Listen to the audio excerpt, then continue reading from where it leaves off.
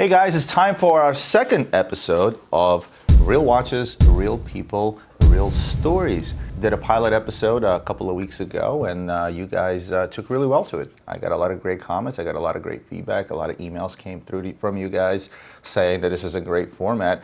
And I truly believe this is a great format because again, this is not just about me anymore, it's also about you, my viewers. It gives me a chance to actually see you guys, see your collection, see your watches, hear your stories. And this is what I tend to love most, when there is a story tied behind a piece of horology that actually has a real meaning outside of the fact of them being really expensive and fancy toys. I will say right off the bat, I want to apologize for the little hiccup in the last episode. Well, I should apologize on Ian's behalf. There's a part there when I was seemingly listening to someone's questions, but I was on a phone. And Ian cut that part in. I wasn't actually on the phone listening to the questions. I did listen to the question, and then somebody called me, and I kind of said on the phone, and that's the frame Ian decided to put in, therefore making me look like an ass, so I do apologize about that. I wasn't on the phone while listening to the questions. It's just that you guys have noticed from previous episodes, my phone rings and lights up every 3 seconds. So oftentimes I'll interrupt recording just to do that. But in either case, let's get to your submissions. And the first one comes from John from Hong Kong. Hey Roman, it's John from Hong Kong. Just wanted to show you two watches from one of your videos. You talked about we only need 2 watches in our collection really, a sports watch and a dress watch. And today I just wanted to share with you this one. This is my 16520 Zenith Daytona with the inverted 6 dial. This is my sports watch that I go with on a daily basis. And then my dress watch is your favorite brand, Audemars Piguet. This is the Quantime Perpetual calendar, but it's the 36mm one and not the larger one that you previously showed on your video. Yeah, good to hear your thoughts on this. They're my 2 main watches. Thanks again. Well, first of all, John, thank you for your submission all the way from Hong Kong. And I'm glad to have viewers all over the world, even those that are 12 hours apart. So you probably get to watch my videos when I'm actually sleeping. First and foremost, Daytona stainless steel. Hopefully that watch is complete, and if it is, this is one to hold for the ages. This is your future collectible. Arguably #1 selling watch in the world, arguably one of the most collectible watches in the world, one of the most collectible brand in the world. Love the white dial. On the stainless steel Daytona, I actually prefer the white dial. For those of you guys that heard him say inverted 6, that refers to the fact that the 6 on the bottom is upside down on that particular watch. If you remember, for a while I wore a gold Zenith Daytona that also had the upside down 6 or the inverted 6, as is often referenced to. Personally, I think that's a watch that you pass down to younger generations and hold on to it forever, or as long as you can. But I'm also the guy that told you to take profit on your watches. So, once you see this watch go north of 100,000, let's say, in some years down the road, there's no shame in selling it as well, right? To pay for a watch habit, which often gets to be expensive because most of the time you tend to lose on your watches. Now, you also mentioned that in the past I said, to have at least one of each, one dress watch, one sports watch. But just to reiterate on that, no one needs a watch, period, right? So there's no need to have 1, 2, 3, 4, or 5, or 6 watches. There's absolutely nothing wrong with having 40 watches or 1 watch or no watch. But it's very nice to have at least 2 watches, right? A dress watch and a sports watch. If you're able to afford and do so, to have a sports watch and a dress watch in your collection is absolutely amazing. So love that. Let's talk about the Quantime Perpetual, right? If you guys remember a little while back, I showed that crazy Quantime Perpetual with the sapphire baguette bezel and a gold integrated bracelet. That watch actually sold really quickly. It literally sold like a day after my episode aired. Somebody called in and they wanted that watch. But I'm not gonna get into much detail on the history and so on and so forth, but this is a very, very important watch from Audemars Piguet. Never mind the fact that it's my favorite brand, but this was the thinnest perpetual automatic, hence the name Quantime or Quantime as you pronounced it. No wrong way to pronounce it, by the way. I'm really impressed with the fact that someone can appreciate an oldie but a goodie, and a watch that in my eyes is iconic, and I hope it's iconic in your eyes just the same. Let's move on to the next submission. This is coming from Matthew Simard. Hey Roman, Matthew here from Montreal, Canada. Still early in the morning, but just watched your first Real Watches, Stories and People video. Great idea. I just wanted to chime in with mine. So here is my Hublot Spirit of Big Bang. I know a lot of people love to hate on Hublot. I have a lot of different pieces that you probably would approve more, but love this piece, man. Love the construction, the movement. To me, it represents resilience, staying true to your goals, reaching out to what you want in life. It has been a few tough years, but I was able to manage to get the money to purchase this piece, and I really love it. Would love to see your take on that. Thanks. Okay, first of all, love your town, Montreal. I've been up there a couple of times with the kids.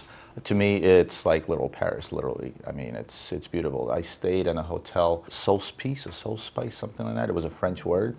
But, you know, every time we hung out in Montreal, I mean, my kids have not been to Paris yet. Me and my wife have been there several times. In fact, it's probably one of her favorite towns in Europe. It's also where we spent our 10-year wedding anniversary, where we proposed to her. A lovely town in Montreal. It reminds me just of that. Everyone speaks French. The food, specifically the bakeries, the people, very, very reminiscent of Paris. But let's talk about your watches. First and foremost, I love the fact that you tie that watch to a story once again. You know, it reminds you of obviously some tough times, and by tough times, I'm assuming you talk about tough financial times that you managed to get through, and this seemed to be the reward for getting through those tough times and getting back on your feet and doing what you need to do to get there. Let's also talk about the hate that Hublot receives, and I've mentioned this numerous times. It is true, Hublot receives a lot of heat, especially if you go out to social media, but guess what? That actually helps them more than it hurts them, because all publicity is good publicity.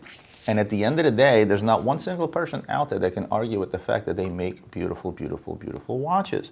There was an episode I did with Paul Thorpe where he said, in London, if you throw a rock, odds are you'll hit somebody wearing a Rolex. Well, if you go to South America, you know, and you throw a rock, odds are you'll hit somebody wearing a Hublot. It is an extremely popular brand, and they do sell a lot of watches, and we sell a lot of Hublots. Right now, I'm actually looking for a Hublot, which was the limited editions. Yes, they make a lot of limited editions, but I can't find it for a client, because guess what? They made 500, and I can't find one out there for the life of me.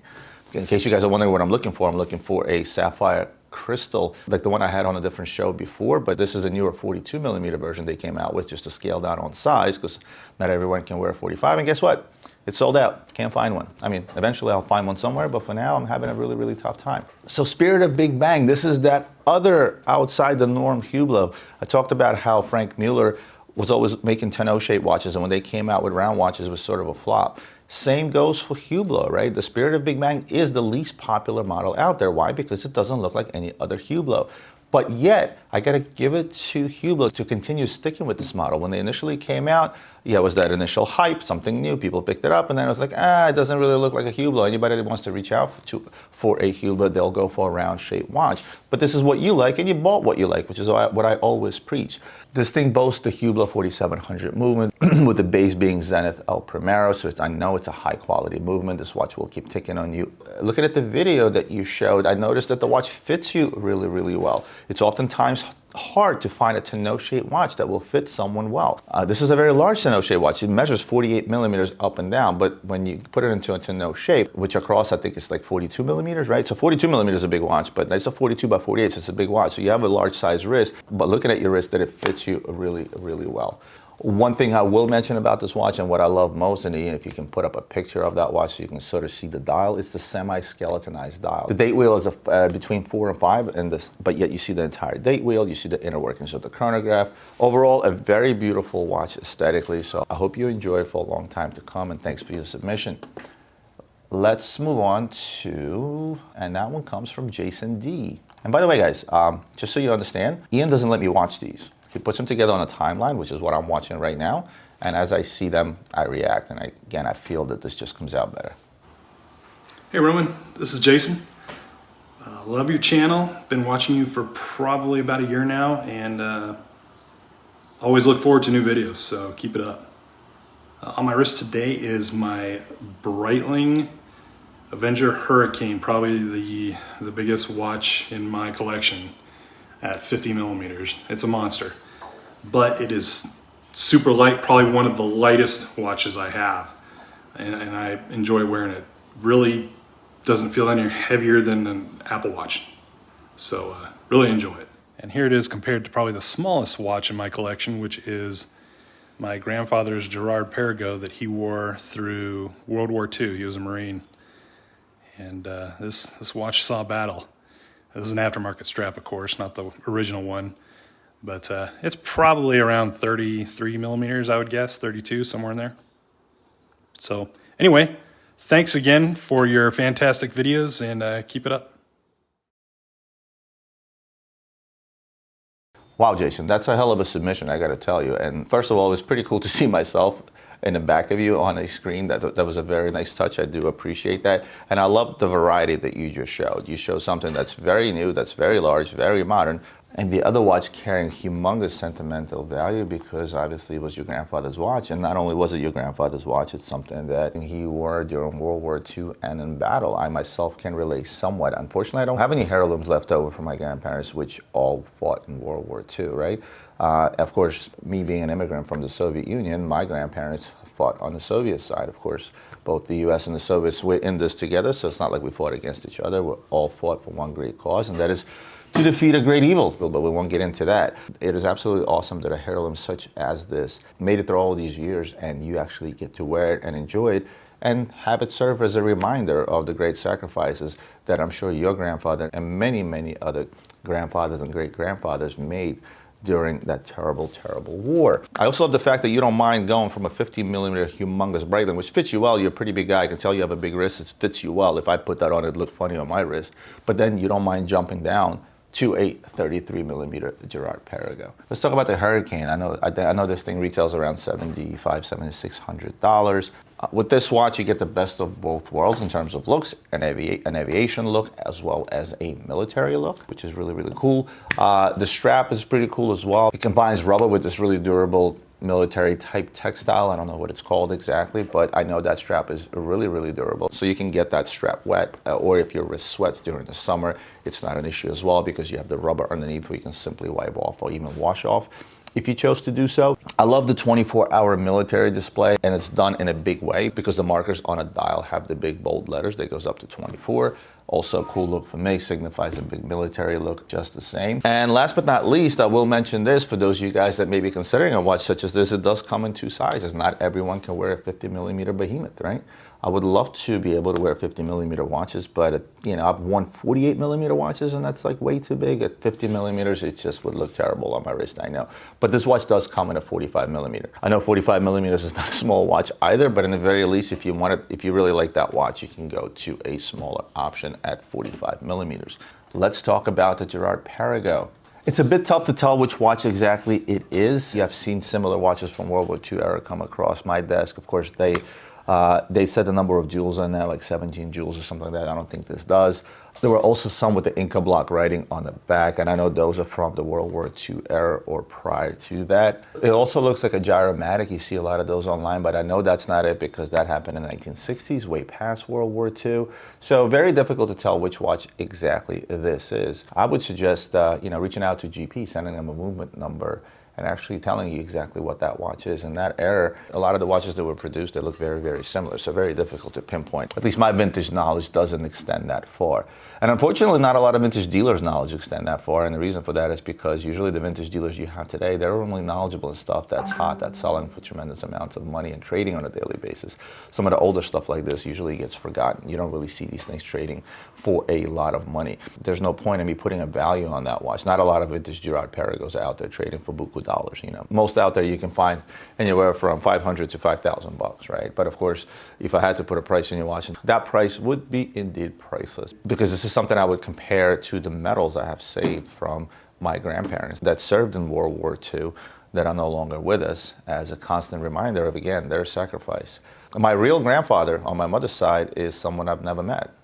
He died from injuries that he received in World War II at the age of 22. Of course, I consider myself lucky because prior to leaving to war, my mother was born, and therefore I was born to this earth. If that didn't happen, I wouldn't be around, right? And of course, if both your grandfather and my grandfather didn't fight in this war and didn't win this war, none of us would probably be around talking about watches today, right? So thank you again for that submission, and love the Breitling, but more so love the Girard-Perregaux, of course, and what it represents. Moving on to Justin Hill. Hey Roman, thank you for your videos, for your channel. I appreciate all of your content. I enjoy it very much. Here's my watch story. This is my Rolex Milgauss 116400, black dial, clear crystal. I bought this watch last spring, not this particular watch, but I bought the watch last spring after years of dreaming of the watch, it being my grail watch, my favorite Rolex. I bought the watch, had it for about 5 months, and wore it just about every day. My family this past fall was faced with some financial hardships, and I made the responsible decision to liquidate most of my collection, including the Milgauss. Because let's face it, as much as I love watches, no watch is more important than my family. After selling my watches, I kind of went into a funk. All I had left was a Tag Heuer Aqua Racer and a Seiko Baby Tuna, and I just rotated between those two. But I kind of stopped watching content on YouTube. I stopped researching watches. I was just in a funk. Fast forward to this past spring, around March, middle of March, I just decided one day, you know, I can throw a pity party for the rest of my life that I had to sell the watch, or I can suck it up, pick myself up by the bootstraps, and do whatever it takes to get it back. I started picking up extra side jobs, making personal sacrifices, saving every penny of disposable income that came my way. And within a little over 2 months' time, I was able to buy the watch back. So now, not only do I have my favorite watch, my favorite Rolex back on wrist, but it's a watch that has great sentimental attachment and a sense of accomplishment that I was able to get it back, and I'm so privileged to own this beautiful timepiece. Thanks again, my friend. Have a good day. That was awesome. I guess the first thing I want to talk about is, you know, we often relate to watches by a certain name or what it represents. Majority of the time, you hear things like a fine timepiece, an expensive watch, a status symbol. Not often do you hear what was said here. How about a motivational tool, right? And I know it kind of sounds terrible, like, well, wait a minute, isn't that a little bit materialistic? But it's not. When you hear this from a real person, a real collector, and you hear his story, all of a sudden, the material side of things kind of goes out the window, right? You no longer think about, oh, wait a minute, this guy is pushing towards material things. He was not. He made it very clear that, look, he kind of found himself in a low point of his life financially, did what he needed to do in order to support his family, because that comes most important, and that's how I feel about it. You know, for me, my family is most important, right? He did what he needed to do, was sold off his collection, right? Some of you guys may say, oh, boo-hoo, he was only left with a Tag and a Seiko. There's some people out there that can't get that either, but again, it's all in comparison, right? So here's a gentleman that sold off most of his collection, including his very favorite watch, his Grail watch, right? And it's a big deal. If you're a watch nut and you have to sell off your most favorite watch out of your collection, it's a big deal to a watch collector. If you're not a watch collector, well, A, you're probably not watching this, and B, you wouldn't understand, right? The fact that this gentleman was able to get back on a horse, believe me, his number one priority was not to buy back that Rolex. Without having to hear the rest of the story, I guarantee you that the very first thing that was his priority is to get back on a horse financially so that he can support his family in the way he has been supporting his family. And note, he said additional disposable income. That's, in my mind, that defines money past your mortgage payment, money past putting food on the table, money past buying clothing for your children or supporting your significant other. That's what disposable income is to me. Disposable income is, again, one you can dispose of, which means you took a responsible route to get back on a horse. And it wasn't until that disposable income was available to me is when he went back and got his Rolex. So if I took anything out of this story, it just goes to show that watches can be more than expensive toys. They can be more than status symbols. They can certainly be motivational icons. God willing, you never see yourself in a financial slump ever again that you have to get out of or get back on a horse, so to speak. But I know for a fact that by looking at that watch and that being a constant reminder of where he was some time ago versus today, being able to afford and wear this watch while using disposable income rather than income that should have went elsewhere, is a constant reminder that, look, nothing is impossible in this world. And you know what? If you fell down, you got to pick yourself back up and get back to where you were and go even further. And I absolutely love that. For all you guys out there commenting on my videos constantly, well, you know, can't quite afford watches just yet. Got to do, in order to get somewhere to afford these watches, two ways to look at it, right? Don't look at it from a materialistic perspective. Don't get out there and set yourself a goal and say, look, I'm going to get out there and make a lot of money so I can afford all those wonderful things. Now, take out of that, I'm going to get out there and do what I got to do and hustle so I can provide a lifestyle for myself and my family first and foremost. And if that hustle allows me for that disposable income, then by all means, then I'll buy myself a Rolex AP or whatever it is you may be dreaming of. And that's the right way to set those particular goals, because when you have your priorities straight in life, you will be successful no matter what. Of course, I got to talk a little bit about the watch, right? 1956 is when Rolex came out with the original Milgauss, and that watch was meant to be an anti-magnetic watch. In fact, they specifically designed this watch for workers that work in power plants, medical facility, research labs, etc. Original Milgauss Rolex is from the 50 goes for buku dollars. I will mention one thing about your particular watch. There was a big craze over the green crystal Milgauss. Personally, I don't like that one. I actually like the one you have. I either like the black dial or the white dial. If you look at the green Milgauss in person, it takes away from the watch altogether. It becomes, I can't even explain it, too flashy, like literally flashes, because it reflects so much. That green crystal gives off a funky reflection, for the lack of a better word. So personally for me, I would go with the black or the white dial. So good choice on that. Let's move on to Nathan. And Nathan submitted his Tudor North Flag. Hey Roman, I wanted to show you the watch that I'm trying to show off on your channel. This is the Tudor North Flag, and I bought this watch, I don't know, maybe about 5 years ago, shortly after I bought my first watch. It is still the most expensive watch that I own, and at the time it was kind of terrifying to wear a $3,000 watch out of the house when I had never come close to ever owning anything that expensive in my life that I couldn't drive to work every day, right? So I still love this watch. I love the power reserve. I like that it takes a couple design cues from historic older Tudor models and pushes the envelope a little bit design-wise. Not a huge fan of the deployant clasp, but looks good, right? Not always comfortable, looks good. This watch gets no love. I think everybody knows the story behind it at this point, and Tudor seems to be a brand on the rise. I can't understand why they really did a lot of interesting things with this model, and people just don't seem to care.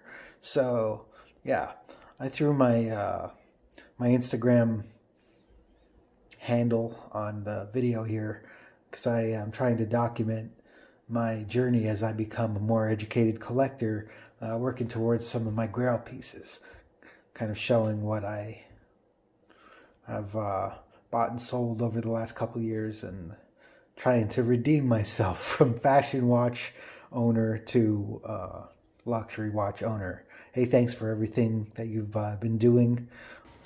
Okay, so first and foremost, you know me, I love to give my viewers shout out. So Ian, if you could throw up Nathan's handle on Instagram, guys, show him some love, give him a follow and see where his journey takes him. I first want to talk about trying to redeem myself from fashion watches towards higher end pieces. I'm going to disagree with you there. I've told you guys numerous times, it doesn't matter. You buy what you like first and foremost within the means that you can afford. A love for watches is just that. It's a love for watching. It doesn't matter if you put on a $100 fashion watch or a $100,000 complicated timepiece from a major manufacturer, right? It's human nature to strive for bigger and better things. It doesn't just go across the world of watches, right? So, when you get your first car, you strive for a nicer car, right? My first car was a 1982 Ford station wagon LTD, right? Let's just say that wasn't the most popular set of wheels with the ladies when I was young, right? But that's what I could afford. That car at the time was probably worth $1,000 at best, right? The ceiling was ripped up, the car was beat up, but I could fit about 12 people in there. That was the best part about it, because it was a station wagon. If I put the seats down, I could pack in 12 of my closest friends into my car, and everybody was somewhat comfortable, right? But again, while driving that Ford station wagon LTD, did my eyes wander to those kids that, let's say, were able to drive a brand new BMW that their parents may have bought them, or maybe some of them made enough money to do it themselves, right? Not to label anybody as a rich kid, if they're driving a BMW at a young age, right? Again, I'm going to disagree with that statement because, again, it doesn't matter that you started with fashion watches. It was those fashion watches that got you where you are today. And if we follow your journey a few years from now, I'm sure your timepieces of value and complication and things of that nature will also increase just the same. You should thank fashion watches for where you are today, because obviously you are enjoying this journey. Obviously this is something you're very much into. You obviously love that Tudor very much. I will agree with you on the deploying buckle. I'm not a fan of deploying buckles. On strap watches, they dig into the side of my wrist or the back of my wrist. They're not very comfortable. Of course, they're more practical. If it ever comes apart or open, your watch doesn't really fall off, right? But it's cool on a bracelet, but not too cool on a strap. Just, again, it's just not comfortable to wear, which is why I was happy that my favorite brand AP went to a lot of Tank buckles on their newer models that are on the strap. The watch specifically, nice size. It's a 40 millimeter, very comfortable to a Rolex side. I like the satin stainless steel finish. I think it adds to the overall look. You sort of get the titanium look minus the lightness of titanium. A lot of guys tend not to like a lighter watch. They want to feel their watch on their wrist, right?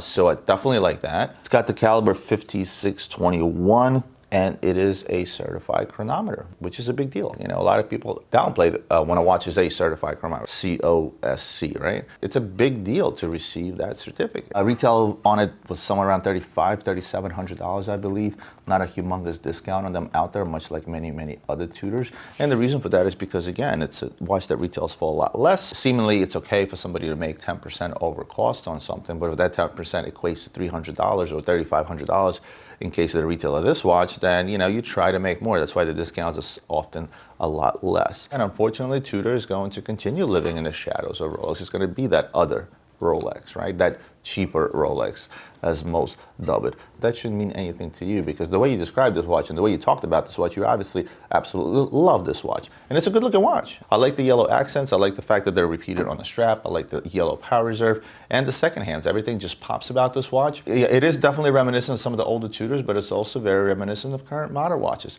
If you look at the case, if you look at the lug system on the case, if you want to call it that, very reminiscent of a Royal Oak, right? The bezel is very reminiscent of an IWC. Watch overall is somewhat reminiscent of a Zenith. And the reason for that is because, again, all these big boys out there, you know, they're continually there's only so much you can innovate, and most watches are going to have certain similarities to other pieces. But most watches today will have similarities to each other across brands. So look, I want to wish you luck on your journey. I would love for you to check in with me the next time you get a new watch, and that's the next step in your journey. And you guys show this guy some love on his Instagram. Thanks for the submission. Last but not least, a submission from Brendan. Hey Roman, how's it going? My name is Brendan. I wanted to show you two watches that I had inherited from my grandfather. Unfortunately, he passed away a couple years ago due to cancer, but my grandmother gave me these knowing that I was a big watch person and she thought I would enjoy them. First one we have is my grandfather's Omega de Ville Tank. I don't really know anything about this watch. I know it just came with the alligator strap. It's a very thin, it's tiny, maybe 24, 26 millimeters. I'm not sure the exact size for it. It's got a cool little winding mechanism. You actually turn, for the crown, all you have to do is just turn it back and it catches. And that's all you have to do to wind it.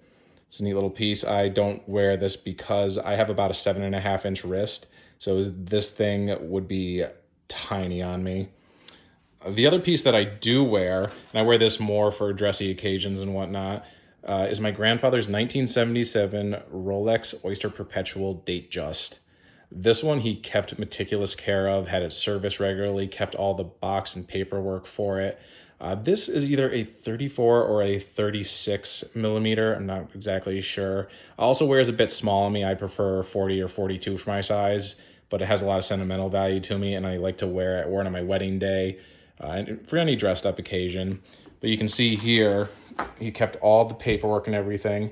He even kept the sticker on the back of it, and he put it on his paperwork for it, for the original receipt and all that. He actually only paid $350 for it at the time in St. Martin. My grandmother and him kept all their paperwork for everything they ever had. The Omega is the only one that didn't come with any paperwork, but those are the pieces that I have that are pretty special to me. Let me know what you think. Thank you very much. let you know what I think. Oh, well, it's pretty obvious. I get goosebumps when I hear stories like this, right? 1977 was a long time ago. You obviously weren't born yet, and I was only 2 years old back in 1977. So we're going back 43 years on that particular Rolex. Here's a watch that most dealers would run as a run-of-the-mill two-tone Datejust. There's millions of them out there. If you come out to any trade shows, you got guys that have, you know, hundreds of these in their showcases because they made a lot. In terms of value, the fact that you have the original paperwork, the original receipt, and the watch has been serviced, obviously will bump up the value. And I'm not going to put a value on that watch because, once again, both of those watches are really, really priceless. Looking at the video, I can tell you're a pretty big guy. That watch is actually 36 millimeters and would probably wear small on you again, given you have a large wrist. The Omega DeVille, obviously just the same. You mentioned you wore this watch on your wedding day, right? So fast forward, I don't know, another 30, 40 years, now you have grandkids of your own, and you happen to be watching your wedding video, or looking through your wedding pictures where that watch is actually visible. Imagine how cool it's going to be, or how mind-blowing it's going to be to then take that watch, show it to your grandchildren, or even pass it to one of your grandchildren and say, hey, look, this watch belonged to my grandfather. Now you're looking at a watch that's going to be almost 100 years old. One thing about Rolex, it keeps on ticking, right? I told you it's one of the most durable watches out there. It's a watch that keeps on ticking and keeps on ticking. I've noticed on the video that the bracelet is very loose. This is what happens, especially to a lot of the older Rolexes, the Jubilee bracelets, they get loose. If you turn it sideways, you sort of get that rainbow, right? That's something you can actually fix. I visited one of the guys in Florida that does this for a couple of $100, where they will tighten that bracelet for you, therefore keeping the original bracelet intact. That's one thing you can do with that watch, but other than that, if that doesn't bother you, I would wear it, enjoy it, and hopefully see you pass that on to one of your grandkids, or either to your children or your grandchildren, because then that watch becomes a real legacy. For a watch to go through so many generations and have such great meaning, and the fact that every time you see it, it brings up memories. And you mentioned cancer, I told you guys before, that's something that hit close to home with me and my family, especially my sister that passed away at a very young age, right? You know, it can be a grim reminder, but for the most part, it should be a great reminder. And really, I think you should cherish this watch for a long time. Make sure you keep the box and papers and everything else intact. Now, this receipt that you looked at, that was $350 for that watch, which was normal back in the 70s. It was actually very expensive in the 70s. It was a very expensive watch at $350 back in the 70s. $350 in 1977 is equivalent in purchasing power to about $1,500 in 2020. The difference of $1,100 and change over 43 years, as the inflation rate was 6.5% in 1977. You gotta love Google. They just give you an answer for everything. Isn't that great? So imagine if you do that same exercise, God willing, 50, 60 years from now, wish you a long life, obviously, and you do this with your grandkids and say, look at this receipt, it's only $350. Imagine showing that receipt and doing that calculation 50 years from now. Yes, that conversation is obviously going to be comprised of the fact that, oh, here's a receipt for $350 for a Rolex. Holy crap, Rolex costs so much today, right? And you know, how much has the dollar inflated, et cetera. But I think the main point of that conversation is going to be memories of a great man that once lived, who was your grandfather, of whom I'm sure you have much more fond memories other than the Rolex and the Omega that he passed down to you, that you will then in turn pass on to the children. Anytime you go to a funeral, you know, whoever speaks at the podium always says one thing, that the memory lives on forever. When you have something physical in front of you, something that you can visually see, touch and feel and wear, can keep those memories alive even past the time you are around, even past the time that oneself may be around, and can take those memories even further. Which is why sentimental value behind a watch I always dub as priceless, and would never even try to put a number on that particular watch. And I haven't said anything about the DeVille. It is an iconic line from Omega. They came out with the DeVille line in late 60s, like 1967 or something like that. And that was a watch that was meant to get away from sort of a sporty look into a more elegant look. And this is what you have. You have a very dressy watch from DeVille. It is worth mentioning that technically DeVille was created earlier because it was part of the Seamaster collection in 1960, and then they kind of separated out into its own line in 1967. In the 70s, they won 6 Golden Roses at the Baden-Baden Design Awards. It was, for a while, it was their best-selling line as well. It was a very modern take on watches, right? But yet elegance was key. It was also produced in Geneva in a very industrial city of Bienne. Current DeVille models, they sort of share that elegant, more sophisticated design versus the normal sporty design that you're used to from Omega. So that's a watch you should also hold on for a while, enjoy it, enjoy it, and perhaps once again pass it down to generations to come. Well guys, that's it for me for today. I don't know how long this episode is going to run. It might run longer than usual, but again, it's based on your submissions. Doing 5, 6 at a time is sort of the best format on this. These type of episodes are only possible based on your submissions. So unless you do make these submissions directly to Ian at luxurybazaar.com, I won't be able to continue doing this. This isn't exactly something I can do on my own. So this is a joint venture, joint effort. You can call it whatever you want. I want to thank everyone once again for every single submission submitted today. I love the fact that there's a story behind every submission, some good, some bad, but all these stories tie into one same theme, which is the theme of the show. These are real watches, these are real people, and these are real stories. And I hope you guys enjoy these stories today. As always, hit the like button, hit the subscribe button if you're not a subscriber already, and last but not least, share this with all your friends that you think may enjoy this content, because this is what helps my channel grow organically. Other than that, I'll see you guys next week for more watch reviews and other videos.